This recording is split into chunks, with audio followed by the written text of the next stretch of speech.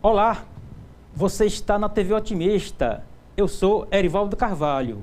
Este é o programa Política. Hoje vamos bater um papo com o secretário-chefe da Casa Civil do Governo do Estado, Chagas Vieira. Qual o panorama do governo Eumano de Freitas neste primeiro semestre de 2025? Como está a gestão do prefeito Evandro Leitão? Vamos falar sobre a correlação de forças políticas com a oposição no estado do Ceará. Ainda os planos do convidado para os próximos anos. Estas e outras questões a partir de agora no programa Política.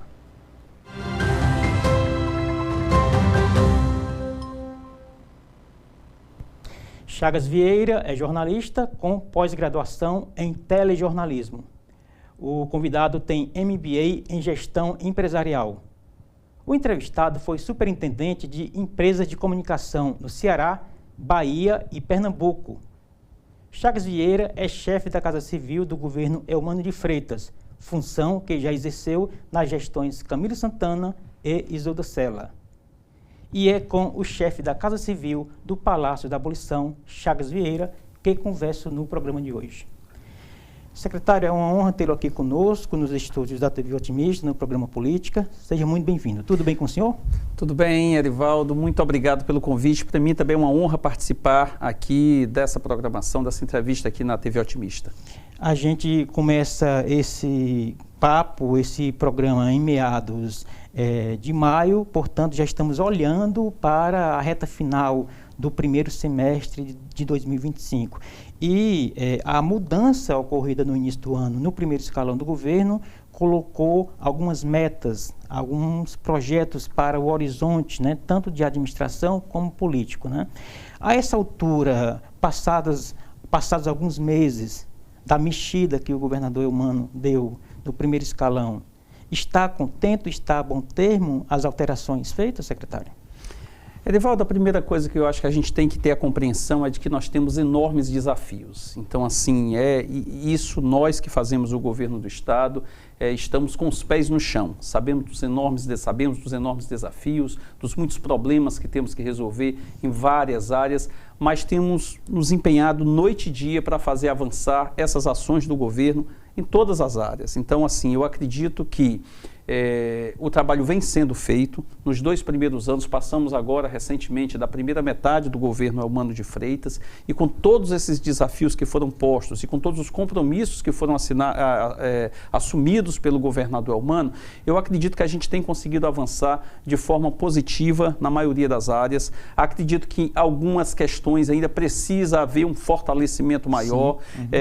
Eu tenho uma real dimensão em relação a isso. Não sou daqueles que acreditam que está tudo um mar de maravilhas, que está tudo ok. Não, tem muita coisa ainda para se resolver, muita coisa ainda para avançar na saúde, na segurança, na educação, e é para isso que a gente está trabalhando todos os dias. Estamos agarrados aí com os problemas e criando, fazendo com que essa linha que o governo adotou do não para, seja realmente uma realidade, e temos trabalhado noite e dia para fazer com que esses desafios sejam superados e a vida da população melhore. Esse é o maior desafio que a gente tem, trabalhar noite e dia para melhorar a vida dos 9.200.000 cearenses.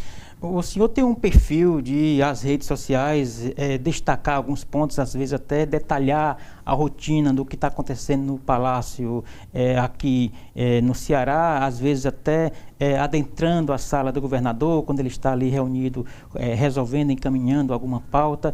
Isso, de alguma forma, é uma característica nova do seu retorno à Casa Civil? Eu sou uma pessoa que eu venho da comunicação, né, Erivaldo? Assim, eu tenho a real dimensão da importância que tem a comunicação em qualquer gestão pública, porque você se comunicar é você ser transparente.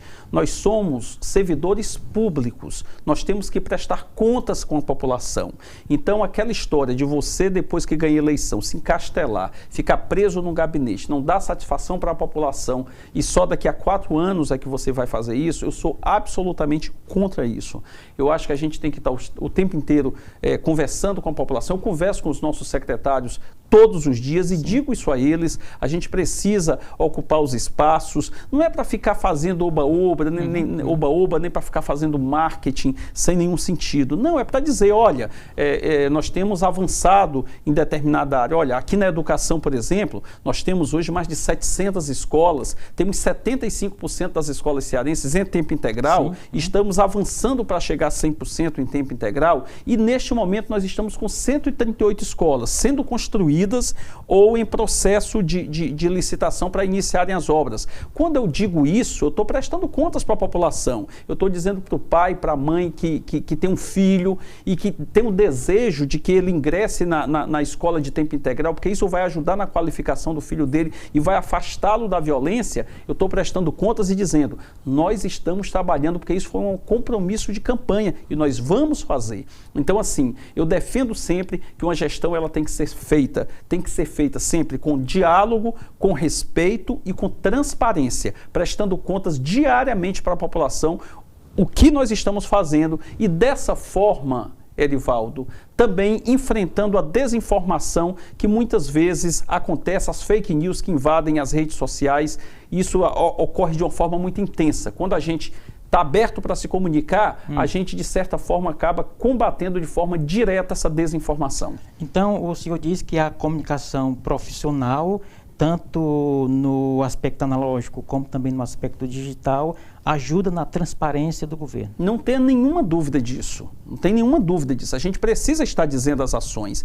Recentemente, quando houve alguns casos de violência muito intensos, muito fortes, isso, muda a rotina da população, isso afeta diretamente a população, o cidadão que está lá no seu bairro, quando tem uma ação dessa de facções, é óbvio que o governador, ele tem que vir a público, os secretários têm que vir a público e dizer, olha, existe um problema, é um problema nacional, esse das facções, mas isso não nos dá o direito de nos acomodar porque é um problema nacional. Sim. Nós temos que buscar soluções para isso e para isso estamos trabalhando. Então, tão logo essas situações ocorrem, o próprio governador, ele vem a público, ele dá a cara, ele diz, olha, a situação hoje é essa. Hoje nós temos um problema em que as facções, elas estão atuando muito fortemente em várias áreas, como acontece no Brasil inteiro, mas eu estou hoje aqui dobrando o número de horas extras para que dobre o número de operações.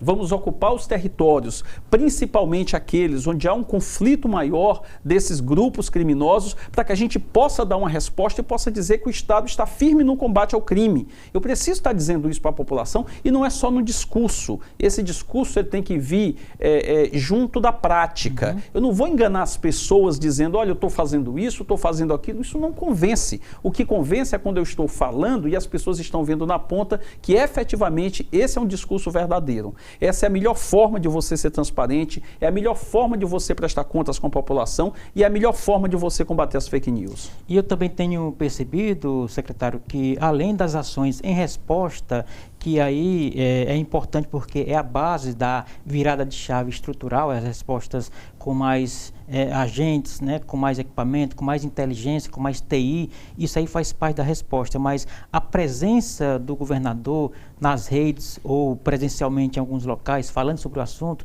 também é importante, porque aquela nota oficial que vai ali para a rede é uma coisa muito fria, não coloca o governador ou o secretário da área na frente do processo, né? Isso tem uma diferença, né? Com certeza. Eu acredito sempre, Erivaldo, na liderança pelo exemplo. Eu não acredito naquela liderança em que você diga faça isso, faça aquilo, mas você não faz. Então, se você não está na linha de frente, se você não participa diretamente dessas ações, qual é a mensagem que você passa para a sua tropa? Nós temos hoje 30 mil profissionais envolvidos, diretamente ligados, fazendo parte das nossas forças de segurança. São 30 mil homens e mulheres que dedicam a vida delas para proteger a nossa população, que saem de casa, que deixam a mãe, que deixam o marido, que deixam a esposa, os filhos, para enfrentar a criminalidade, colocando a vida dessas pessoas em risco para nos proteger. Então eu tenho que dizer também para essas pessoas que nós estamos juntos nesse processo, eles não estão sozinhos. E dizer para a população que a gente tem trabalhado para reforçar nossas forças de segurança, dar mais condições condições para as nossas tropas, com mais equipamentos, com equipamentos de qualidade, fortalecendo, fazendo concursos. Neste momento nós estamos com 4 concursos da segurança pública ocorrendo, 1.000 vagas para a Polícia Militar, 500 vagas para oficial inspetor da Polícia Civil, 100 vagas para delegado e mais 450 vagas para o Corpo de Bombeiros, porque a gente quer chegar até o final da gestão do governo Eumano de Freitas com quase 7.000 profissionais de segurança a mais para reforçar a segurança da nossa população. O novo hospital da Polícia Militar entra nessa lista de respostas, de apoio, de reconhecimento às forças? Eu diria que faz justiça, Erivaldo. Hoje, todos os estados do Brasil têm um hospital dedicado à Polícia Militar. Todos. E o Ceará... Dada a natureza da atividade, né? Isso, exatamente. Um hospital da Polícia Militar mesmo, gerido pela Polícia Militar, dirigido a policiais militares e seus familiares. E aqui no Ceará, nós tínhamos o Martiniano de Alencar, que era o hospital da Polícia Militar, Martiniano de Alencar, que atendia aos PMs e seus familiares.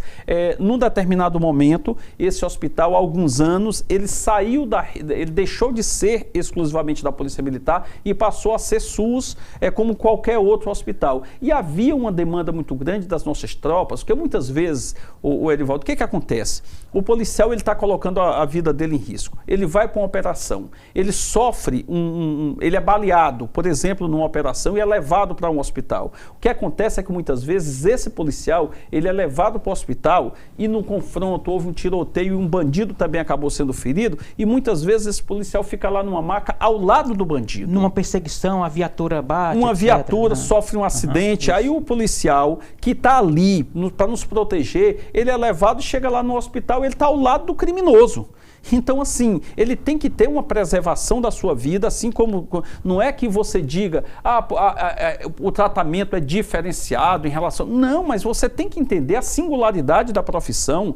É uma profissão de altíssimo risco, em que ele coloca a vida para nos proteger, e se ele tem uma adversidade nesse sentido, ele tem que ter o conforto de estar recebendo o atendimento em que a segurança dele não seja posta em risco, assim como dos familiares dele. E o tempo de atendimento pode ser a diferença entre a vida e a morte. Exatamente, e assim, e mais que isso, é porque, mais uma vez, eu venho para a questão da transparência, inclusive ontem fiz um vídeo sobre isso nas redes sociais, e assim, tem uma ampla repercussão, os vídeos que eu tenho feito. Tem um debate em curso aí, né?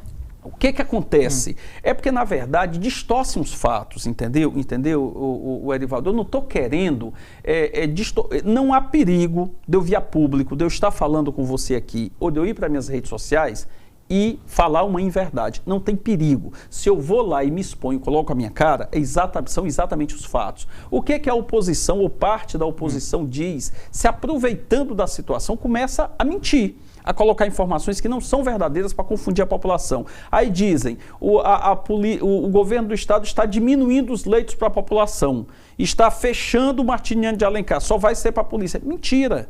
Não é isso. O que o governo do estado está fazendo e de forma dialogada, de forma pactuada, de forma discutida, é pegando parte do Martiniano de Alencar, 30%, e destinando para os policiais e seus familiares. Os outros 70% continuam para toda a população. Aí você pergunta, então a população geral ficou com 30% menos de atendimento?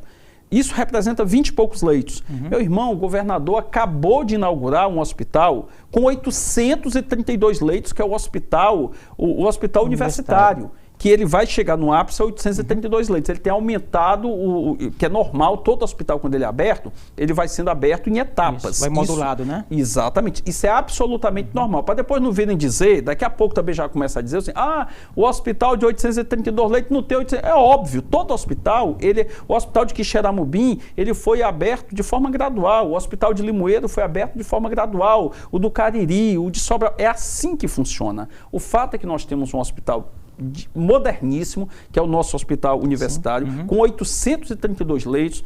Erivaldo, para você ter uma ideia da dimensão que é aquele hospital, que foi público, hospital público, não tem, e eu desafio alguém que mostre um hospital privado aqui no Ceará, no Nordeste e em boa parte do Brasil que tenha as condições que tem um hospital universitário.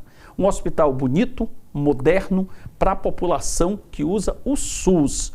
Para você ter uma ideia do tamanho que é aquele hospital universitário, o Erivaldo, você pega 3 hospitais regionais, Hospital do Cariri, Hospital Regional de Limoeiro, Hospital Regional de Quixeramobim, os 3 cabem lá dentro. E, coincidentemente, são 3 prédios interligados, né? Como se fossem 3 torres, né? Exatamente. Então, o que é que a gente está fazendo? A gente está pegando, aumentando os serviços lá e parte do atendimento. Da mesma forma aí que, mais uma vez, estão distorcendo os fatos, mentindo, chegaram a dizer que a gente ia estar fechando a maternidade César Caos. Mais uma mentira. E um ponto que me chamou bastante a atenção particularmente, secretário, é o fato de que essas críticas chegarem de líderes ou de pessoas que pedem voto para a categoria policial, o agente de segurança. Então, será se não ficou aí um pouco de ruído? Bom, eu não estou defendendo um hospital para a polícia, então fica até meio contraditório. Ficam fazendo jogo duplo, o Erivaldo. A questão é que ficam fazendo jogo duplo o tempo inteiro. Eu citei agora a maternidade César Caos. Sim. A maternidade César Caos, ela foi fundada, eu acho que em 1936. 36, no centro de Fortaleza, 36 ou 39. Ou seja, quase centenário. Sim, sim. A maternidade, ela foi crescendo ao longo do tempo. Então, como a rede sempre foi muito difícil, você vê o tanto que a gente ampliou a rede de saúde, descentralizando, levando hospitais para o interior, porque quando você leva hospitais para o interior, você está desafogando, de certa forma, os hospitais aqui da capital. Isso. Então, lá a maternidade César Caos começaram a entrar serviços que não tinha nada a ver com maternidade. Você sabia, por exemplo, que hospital, que cirurgia bariátrica, a de redução de estômago, é feita na maternidade César Caos? Então, cirurgia bariátrica, oncologia, reumatologia, pneumologia, ou seja, questões que não têm a ver que diretamente. Foge a matriz que foge. Ali, né? Então, lá foram feitos espécies de puxadinhos e ficou uma situação muito difícil. Então, o que o governo se propôs com muito diálogo?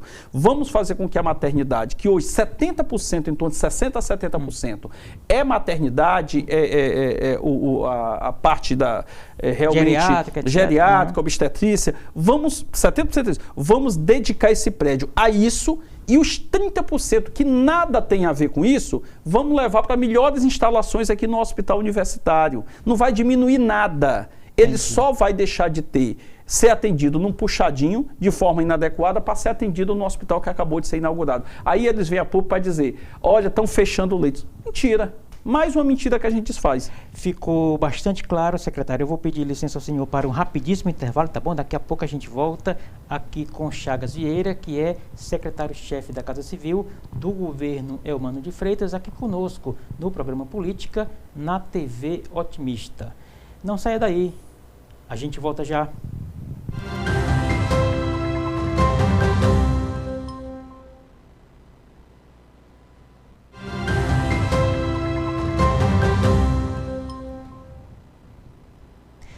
Estamos de volta para o segundo bloco do programa Política de hoje.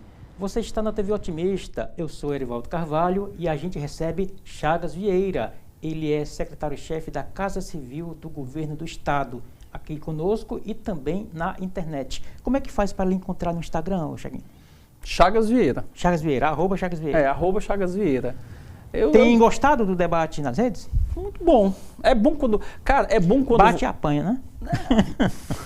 Rapaz, é muito bom quando você lida com a verdade, sabe? Eu não quero pousar eu não quero posar de dono da verdade. Não é isso. Nunca parte de mim querer, com arrogância, dizer que eu sou o dono da razão. Não é isso. Eu quero simplesmente que seja feito um debate sincero, um debate sério, entendeu? Não existe perigo, Erivaldo, de eu ir para uma rede social, ir para as redes do governo para falar uma coisa que não seja verdadeira. Eu até te conto aqui rapidamente uma historinha, claro. Isso é muitas vezes. Eu comecei a me envolver mais e falar mais nas redes sociais. Eu te diria que muito mais como, eu vou dizer uma linguagem meu, por exemplo, legítima defesa.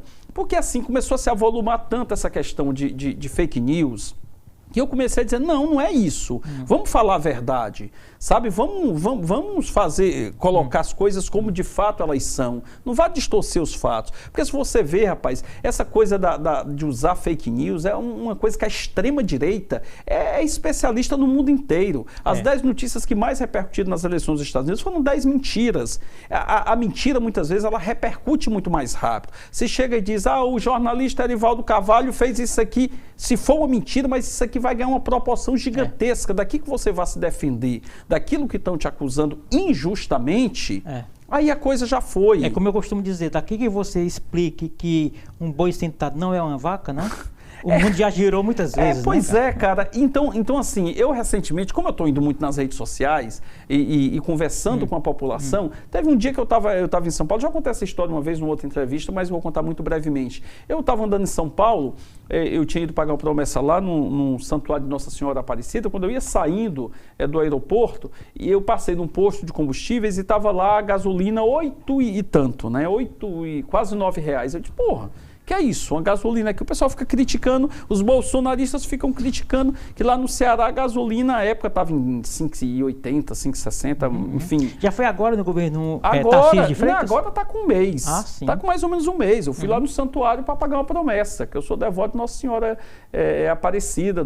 E aí eu apareci, eu fui lá, quando eu vi 8 e tanto, aí eu fiz um vídeo. Eu disse assim, olha aqui, ó, o pessoal idolatra tanto o Tarcísio Freitas, o governador, a turma da extrema-direita, né, o novo Bolsonaro, enfim. Aí eu disse, olha aqui, a gasolina, por que ele não resolveu o problema da gasolina aqui? Só quando eu ia andando um pouco mais, fiz o vídeo, iria postar.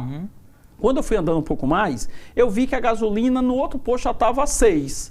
Estava mais do que aqui no Ceará, naquele momento, mas ainda estava mais alto, mas não era os 8 e tanto que tinha lá. Aí eu disse, rapaz, por que só aquele posto estava de 8? Aí eu vi que é porque era um posto perto do aeroporto, quando as pessoas que alugavam o carro iam devolver o carro, eles cobram mais caro, porque era o último posto para devolver o carro, que lá na locadora paga muito mais a gasolina quando você entrega com tanque vazio. Aí eu disse, cara, eu não vou postar isso aqui, porque era um fato verdadeiro, tinha um posto com quase R$9 o litro, mas a maioria era uma verdade descontextualizada. Exato. A maioria não era esse valor, e eu não coloquei no ar. A diferença é que eles fazem a mentira, não precisava nem do posto verdadeiro, mas descontextualizado. Eles inventariam uma mentira para colocar. Ou seja, ele não tem nenhum pudor em relação a falar mentiras. Essa é a questão. Às vezes até monta ali, coloca uma logo de jornal ou de um veículo para passar ali a credibilidade o e tal. tempo inteiro, rapaz. Eles distorcem. Alguns grosseiros, assim, eles distorcem os fatos. E é por isso que é muito importante que os veículos tradicionais, que os sistemas de comunicação, que o Otimista e os outros veículos de comunicação, eles zelem muito pela verdade, porque o que resta aos veículos tradicionais, ou mais importante para os veículos tradicionais, é a credibilidade da informação. Se entrar na linha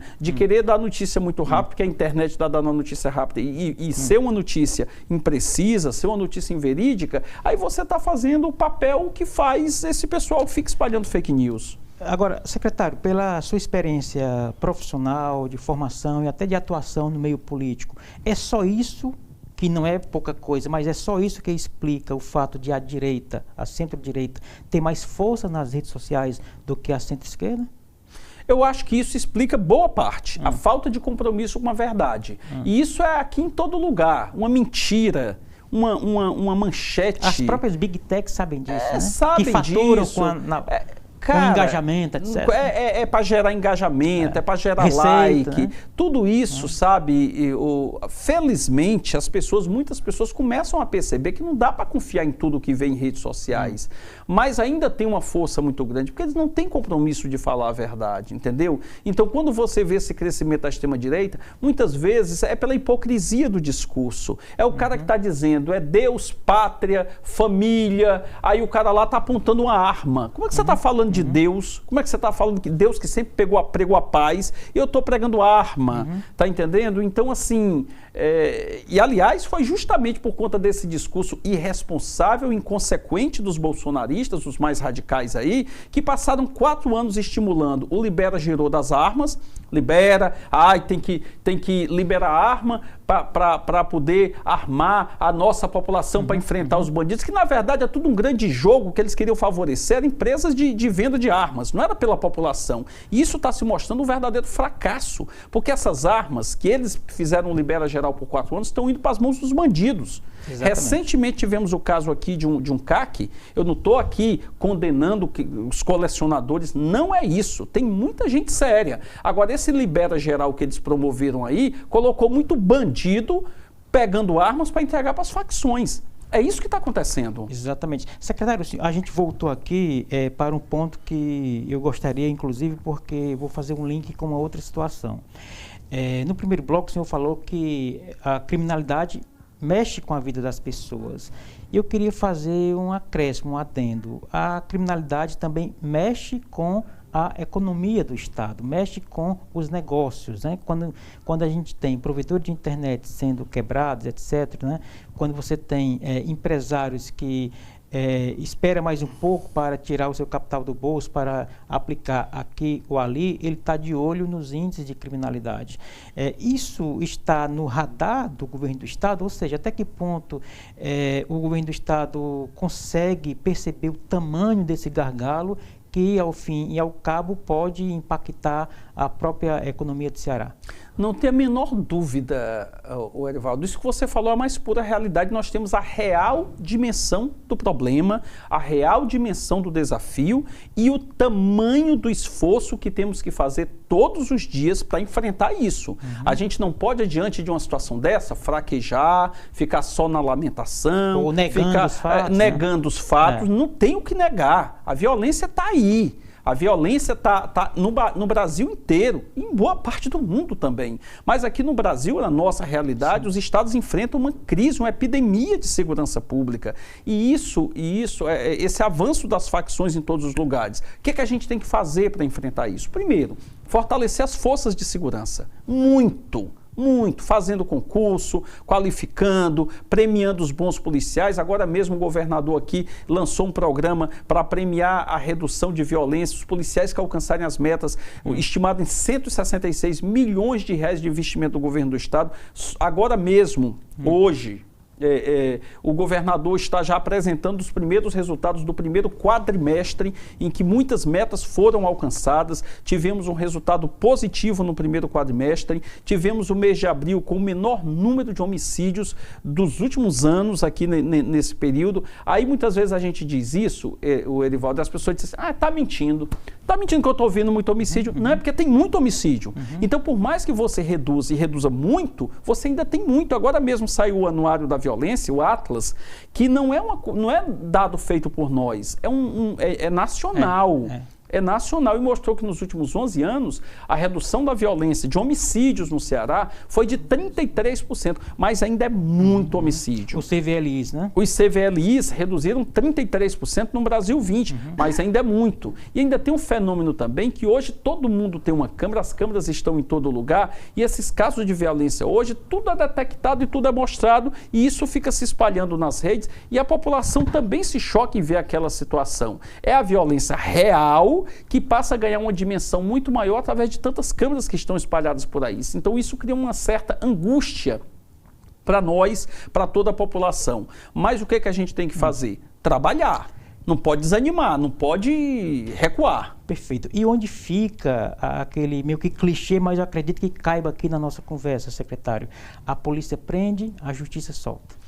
Assim, eu diria, e eu não gosto, assim como a gente tem, obviamente, profissionais que não são corretos em determinados momentos, em todas as áreas tem profissionais que não zelam, jornalista, advogado, juiz, policial, todo mundo, todos você tem a laboa e tem aquele pessoal que, e assim, eu diria que muitas vezes a justiça ou algumas partes da justiça podem até não dar a celeridade necessária para determinado juiz. Eu não vou criticar a justiça de uma forma geral e nem vou.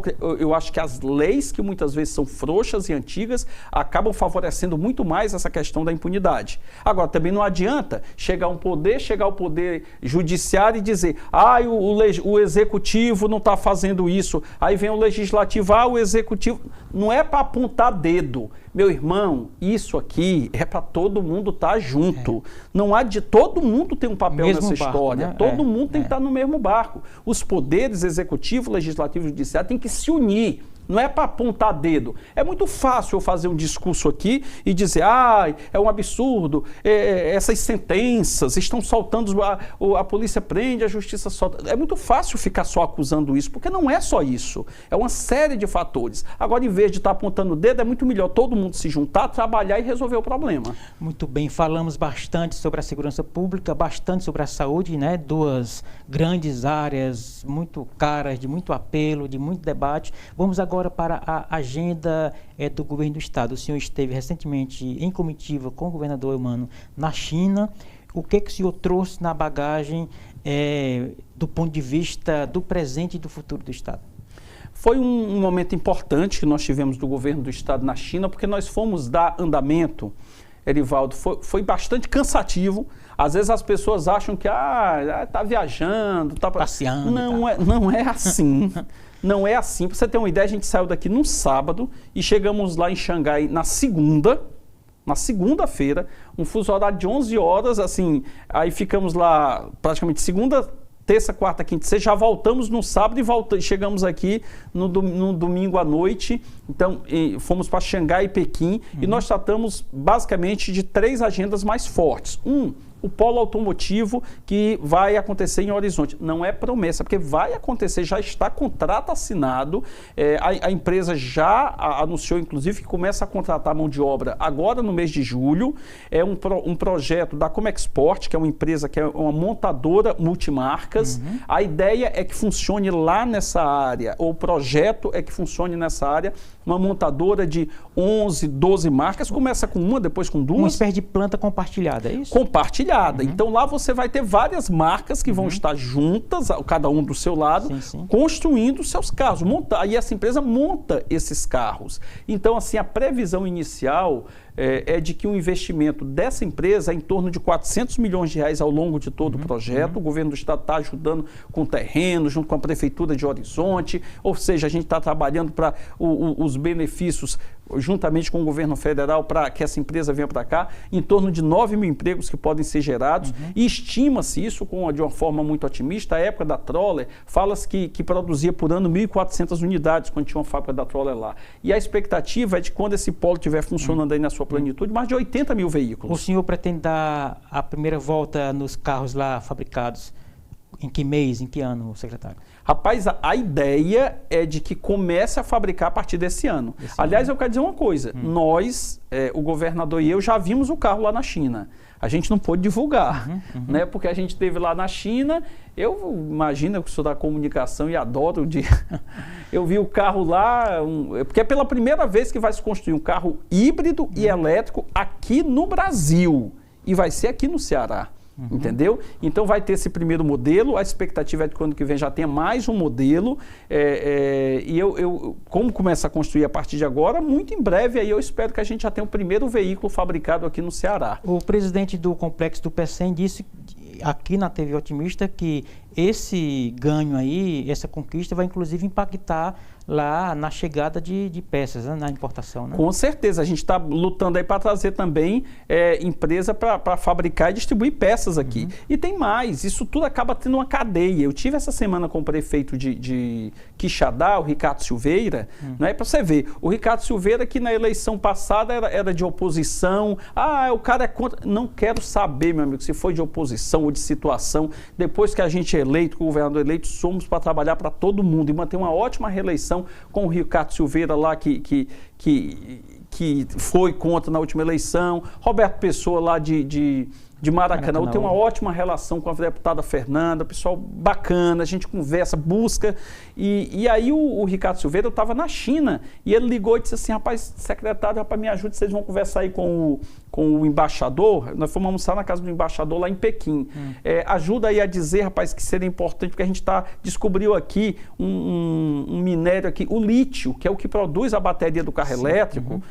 Aqui nós temos, existe aqui em Quixadá, já estão explorando o lítio aqui. Falamos com o embaixador, ele já estava conversando com as empresas para tentar fazer essa ponte com Quixadá para, de repente, por conta desse polo automotivo, a gente ter também lá a fabricação de baterias através do lítio que tem lá em Quixadá. E um terceiro assunto que nós tocamos lá também foi a questão das linhas de transmissão para abastecer, porque na verdade nós produzimos muita energia, principalmente energia renovável, mas essa energia muitas vezes não escoa pelas linhas de transmissão, que depende dos leilões que são feitos pelo governo federal. Para jogar na rede nacional, né? Jogar na rede nacional. Isso não é só eu quero fazer e faço, não. Isso tem que ter autorização, né, do governo federal. Então nós fomos lá falar com uma grande empresa, que é a Power China, que já tem um investimento em Mauriti, se não me engano, na ordem de 1,8 bilhão de reais num parque de energia solar. E aí a gente quer que essa empresa, que já construiu linha de transmissão, ela faça uma ação aí,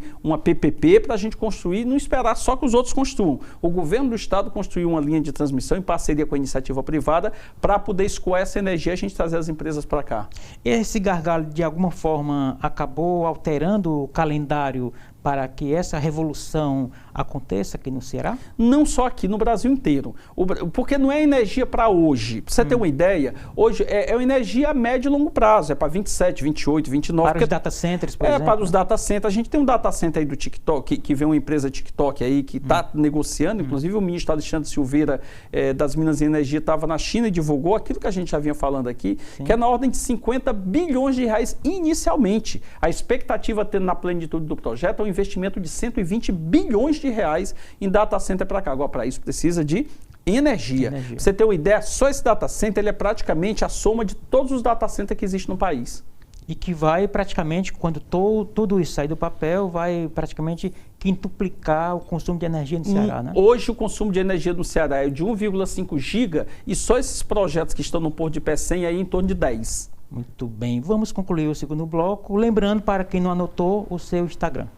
Chagas Vieira. É bom porque ajuda a aumentar o número de seguidores. Eu fazendo a propaganda aqui para colocar também para falar com a Adriana aí para colocar na tela o arroba, coloca, né? Lá, o pessoal anotar, porque quanto mais seguidores, mais eles vão ver a gente desmentindo as fake news aí. Muito bem. Hashtag fica a dica, né? Fica a dica.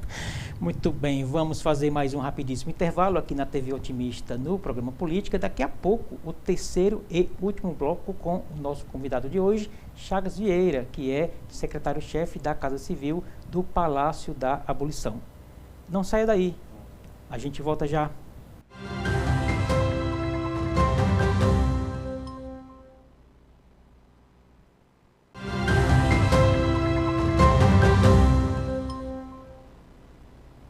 Estamos de volta para o terceiro e último bloco do programa Política de hoje.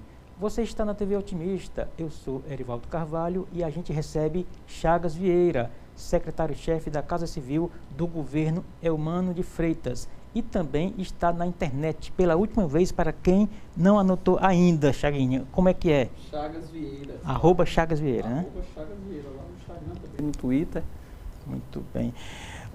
Secretário, o senhor tem uma experiência gigantesca na gestão do Estado, conhece muito bem o governo por dentro e também por fora, principalmente nesse quesito comunicação, né, que você faz a ponte, né, com a sociedade, portanto, tem aí muita política, né? O senhor também acompanha, às vezes vai para o embate, etc, etc.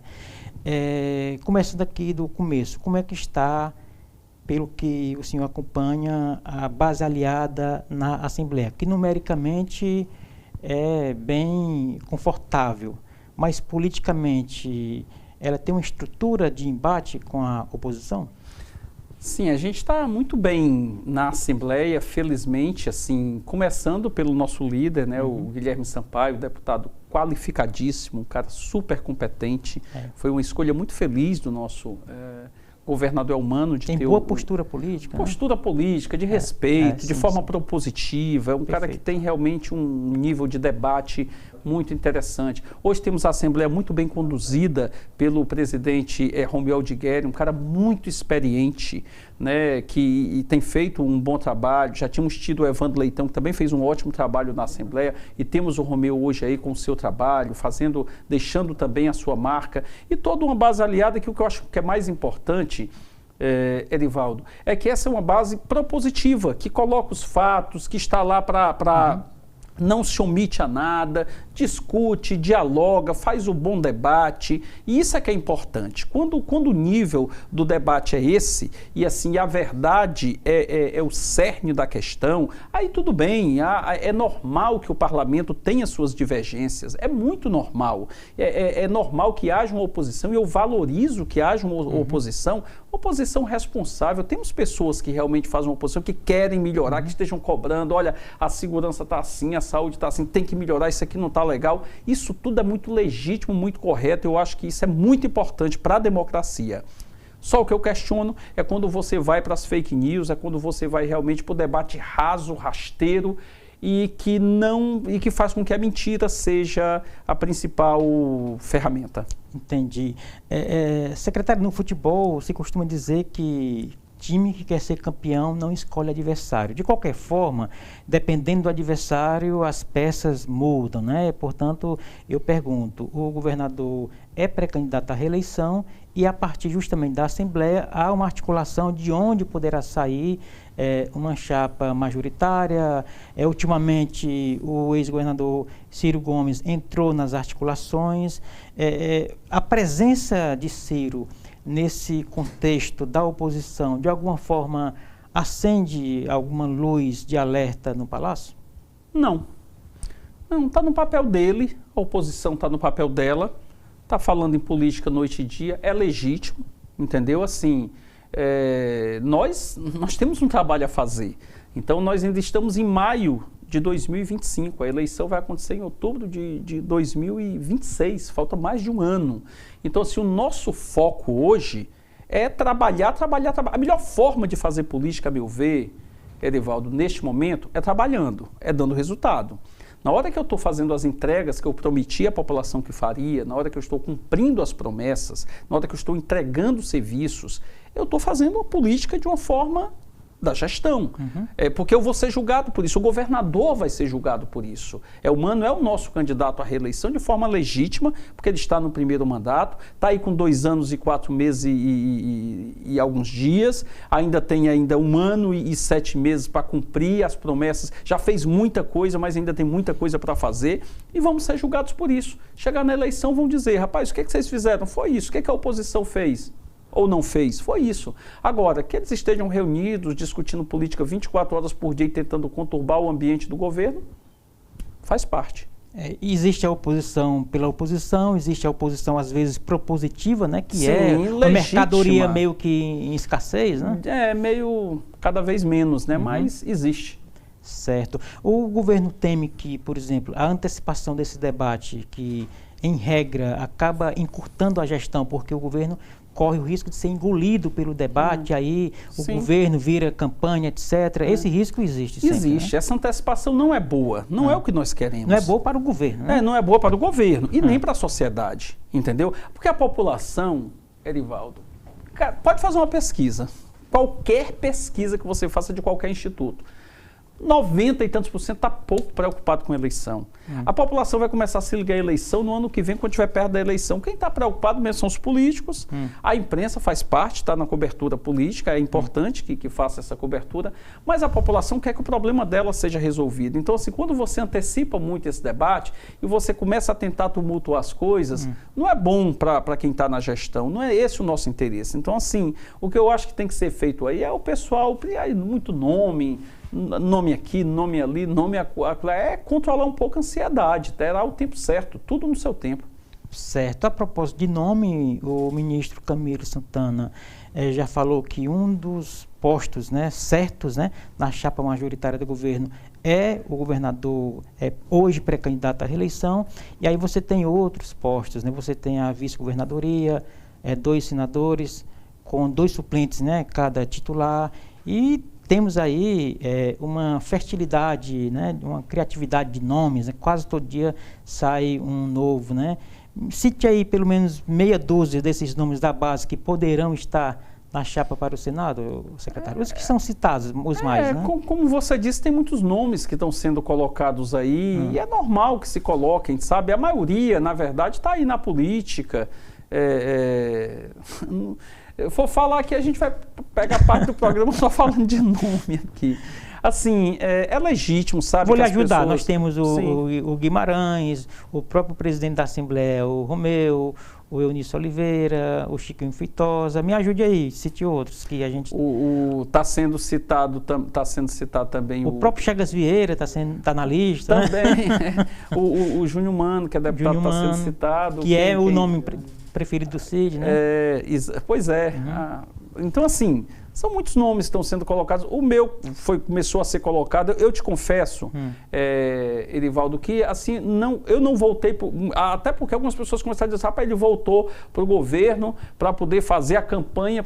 Cara, zero possibilidade não existe isso de eu ter voltado. Nunca passou pela minha cabeça isso, cara. Até porque antes já houve situações em que eu poderia também ter sido candidato e assim, não passou pela minha cabeça. Mas isso começou a se avolumar mais, esses comentários se avolumaram mais, de forma espontânea, por parte de deputados, prefeitos, como eu fui para a linha de frente também, o próprio Camilo que comentou, então assim, acabou entrando no jogo. Então assim, eu estou tranquilo quanto a isso, fico feliz porque é citado, é sinal de que é um trabalho que é realizado e as pessoas veem, enxergam um potencial e uma possibilidade, mas eu estou muito tranquilo, eu não tiro o meu foco. Zero tirar foco. O meu foco é trabalhar. Todo dia, aliás, começo muito cedo e termino muito tarde, sábado, domingo, feriado, eu quero dar resultado. Eu tenho uma obsessão eu não tenho uma obsessão por cargo, não tenho uma obsessão por poder, por mandato. Todo quem me conhece sabe disso. Quando terminou o governo Elmano, eu estou sendo chefe da Casa Civil no terceiro governador, com muita honra, muita felicidade que eu tenho, mas quando terminou o governador Elmano, ele foi eleito, o então deputado governador foi eleito, ele me convidou para continuar na Casa Civil, ele disse isso publicamente, foi um desejo meu não continuar, porque eu não tenho apego a cargo, a mandato, não tenho mesmo, eu tenho um projeto. E a resultado. Quando eu entro no projeto, eu quero dar resultado. Eu não me permito ficar falha. Claro, falha todo mundo está sujeito a acontecer. Mas eu me dedicar todos os dias, com todas as minhas forças, para que eu consiga dar esse resultado, para não frustrar as expectativas. É isso que eu me dou. Eleição, no momento certo a gente vai ver quando surgirem os nomes aí, o contexto político, aí a gente avalia também, entrego nas mãos de Deus, se for algo que esteja preparando para mim. Mais na frente a gente vai ver. No momento, meu foco é unicamente trabalho. A propósito de projeto, o que era um projeto no ano passado, o presidente da Assembleia, candidato a prefeito, foi para o PT, etc., hoje é uma realidade. Eu lhe pergunto, rodados aí esses quase 5 meses, qual é a avaliação que o senhor faz da gestão Evandro Leitão em Fortaleza? Eu acho que o Evandro tem feito um grande trabalho, diante de todas as adversidades. Não é fácil. A primeira coisa que tem que se colocar, Erivaldo, de uma forma muito real, é que o Evandro está há pouco mais de 120 dias, 130 dias no governo, na prefeitura. Ele não está há 4 anos, ele não está há 12 anos, ele está há 4 meses. Então, assim, de uma gestão que ele pegou com situações bem adversas, entendeu? Com problemas na saúde, faltando remédio nos postos, dos 137 remédios que seriam disponibilizados para a população, estavam faltando 90. O prefeito foi regularizando junto com a sua equipe, hoje estão faltando 5, pelo que eu vi a prefeitura informando, postos em situação difícil, e JF sem sequer alimentação para os pacientes. Então, assim, foi uma situação muito adversa que ele pegou, muito lixo, muita buraqueira, e isso não se resolve no passe de mágica, isso não é assim. Isso tem que ir sendo resolvido de forma gradual, de forma paulatina. E uma coisa que eu admiro no Evandro é essa determinação dele para o trabalho. Ele tem trabalhado muito, ele não para. Assim como o governo não para. O Evandro também não para. É um cara, é um amigo que eu tenho, assim, mas eu não sou suspeito para falar não, porque procuro ser muito racional nos meus comentários. Eu acho que ele tem feito uma boa gestão, porque a minha análise é mesmo que ele está fazendo. E tem uma boa equipe, né? Ele tem uma boa equipe, montou uma equipe muito competente. Tá entendendo? Tá fazendo ajustes de peças ali, é normal esse ajuste. Eu já fiquei 8 anos no governo Camilo, com Isolda, estou aqui no terceiro governo, eu compreendo essas dificuldades, e eu sei que não tem passe de mágica. Quem chega e diz, o prefeito Evandro prometeu, rapaz, é de uma hipocrisia, meu irmão, o cara tem 4 anos de gestão. O cara chegou e disse assim, mas ele prometeu pé de meia municipal, ainda não fez, meu irmão, ele tem 4 anos de gestão, isso você vai fazer, você vai elegendo as suas prioridades aqui. Primeira prioridade é você colocar remédio nos postos, é fazer com que os médicos atendam a população, é você tirar o lixo das ruas, é você tapar os buracos, é você fortalecer a guarda municipal para ajudar o Estado a combater a violência. Essas são as... Eu não estou minimizando as outras questões, mas tudo vai sendo feito no seu tempo. Até porque não é assim, vamos fazer e é dinheiro jorrando para fazer tudo. Não, ninguém faz isso. Quem diz isso está mentindo. A propósito de dinheiro, a transição da gestão Sarto para a gestão Evandro foi meio tumultuada, teve muito ruído, etc. E os primeiros meses foi de discurso da herança maldita, digamos assim. Qual é o alcance desse discurso, secretário? Porque chega um momento em que a cidade se pergunta, bom, a gente não elegeu o prefeito para olhar para trás, e sim olhar para frente. Esse discurso tem uma certa validade, né? Sim, tem, mas não é justo que você não fale para a população a realidade. Você tem que traçar o diagnóstico, né? É óbvio. Você tem que dizer, população, eu encontrei isso. Isso não é uma justificativa, ou eu estou aqui dando uma desculpa para não fazer, porque ele está fazendo. Agora, tem dificuldades. E essas coisas elas são feitas de forma paulatina, de forma gradual, de forma responsável, e os resultados realmente tendem a aparecer. Agora, não precisa, não é só discurso, o Erivaldo. Eu vou te dar um dado. Eu gosto muito de números, de pesquisas, números reais. Não é só de oba-oba, nem do pessoal ficar falando no ouvido, não. O ex-prefeito, ele teve nas urnas 11%. De cada 10 fortalezenses, 9 disseram que não queriam ele mais. 1 diz que queria. Você acha que essa gestão, se tivesse sido boa e tivesse deixado um bom legado para a população e tivesse deixado uma saúde boa, o cara tinha tido 10% nem para o segundo turno? É raríssimo isso acontecer. Alguém está no mandato, com todos os cargos, com toda a base de vereadores, e você ter um aprovando de cada 10. E foi o primeiro prefeito não reeleito da cidade, né? Os fatos falam por si. Não é só discurso.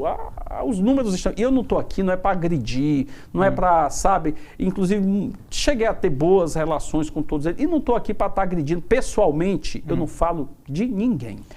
Aqui é um debate político. Na linha em que se aprende com os erros alheios, a ausência do então prefeito Sarto é algo a ser considerado para não se repetir esse erro aqui na gestão da capital? Eu acho que ele tem que aprender com os erros dele e desejo que ele tenha sorte na vida dele. Não tenho nada contra, nada do ponto de vista pessoal, tenho do ponto de vista político, né? Mas eu acho que o aprendizado nosso, todos os dias, é em relação a situações exitosas ou não exitosas. É óbvio que se o prefeito ele teve esse nível de aprovação, o que ele fez é o que eu não vou fazer. Entendi. O teste das urnas é o mais sério, né? Pois é, porque aí a população... Essa é a essência da democracia. Não adianta eu ficar com 1000 discursos, 1000 palavras, se as ações não se configuram em realidade. E quem sabe da realidade, quem está na ponta, é a população. Muito bem, estamos chegando na reta final do programa. Vou deixar aí 1 minuto, 1 minuto e meio para o senhor fazer as considerações e pontuar algo que queira, acrescentando aqui ao nosso bom bate-papo, secretário. Eu queria agradecer a você, Erivaldo, a toda a sua equipe, agradecer ao Grupo Otimista, através do seu presidente, o Adriano, que é um grupo que tem crescido, sabe? Eu acho a ousadia do grupo, isso realmente nos impressiona e nos deixa felizes como cearenses. Eu desejo todo sucesso ao Grupo Otimista nesse trabalho e digo a vocês que, por parte do governo do Estado, enquanto eu estiver nesse projeto, eu me dedicarei juntamente com toda a equipe de secretários para apoiar o nosso governador Elmano a fazer cada vez mais, sabendo que temos enormes dificuldades, temos problemas, reconhecemos os problemas que existem em todas as áreas, e isso eu digo, não é o fato de que esses problemas ocorrem no Brasil inteiro que me dão a justificativa para que eu fique parado. Eu tenho que dar respostas para a população. A população, quando nos elegeu, ela nos elegeu o governador e o governador teve a confiança na sua equipe para que a gente dê as respostas e cumpra as promessas que foram feitas. E na eleição, a população é quem vai julgar. Foi isso para isso que eu elegi, são os projetos que serão colocados. Aquilo que o governador fez ainda tem mais 1 ano e 7 meses, 1 ano e 6 meses aí aí para trabalhar e cumprir as suas promessas, e o que os outros fizeram, ou os outros ficam só de papo, só de fake news e não apresentam absolutamente nada. A população é quem vai nos julgar no momento certo. Ainda temos tempo aí para cumprir muita coisa. Muito bem, secretário da Casa Civil, Chagas Vieira, o nosso muitíssimo obrigado. Seja muito bem-vindo outras vezes, as portas estão abertas, né? O convite já está feito. Parabéns, boa sorte na caminhada. Muito obrigado. E assim a gente chega ao final da edição de hoje do programa Política. A todos o nosso muito obrigado pela companhia. Até o nosso próximo encontro. Forte abraço.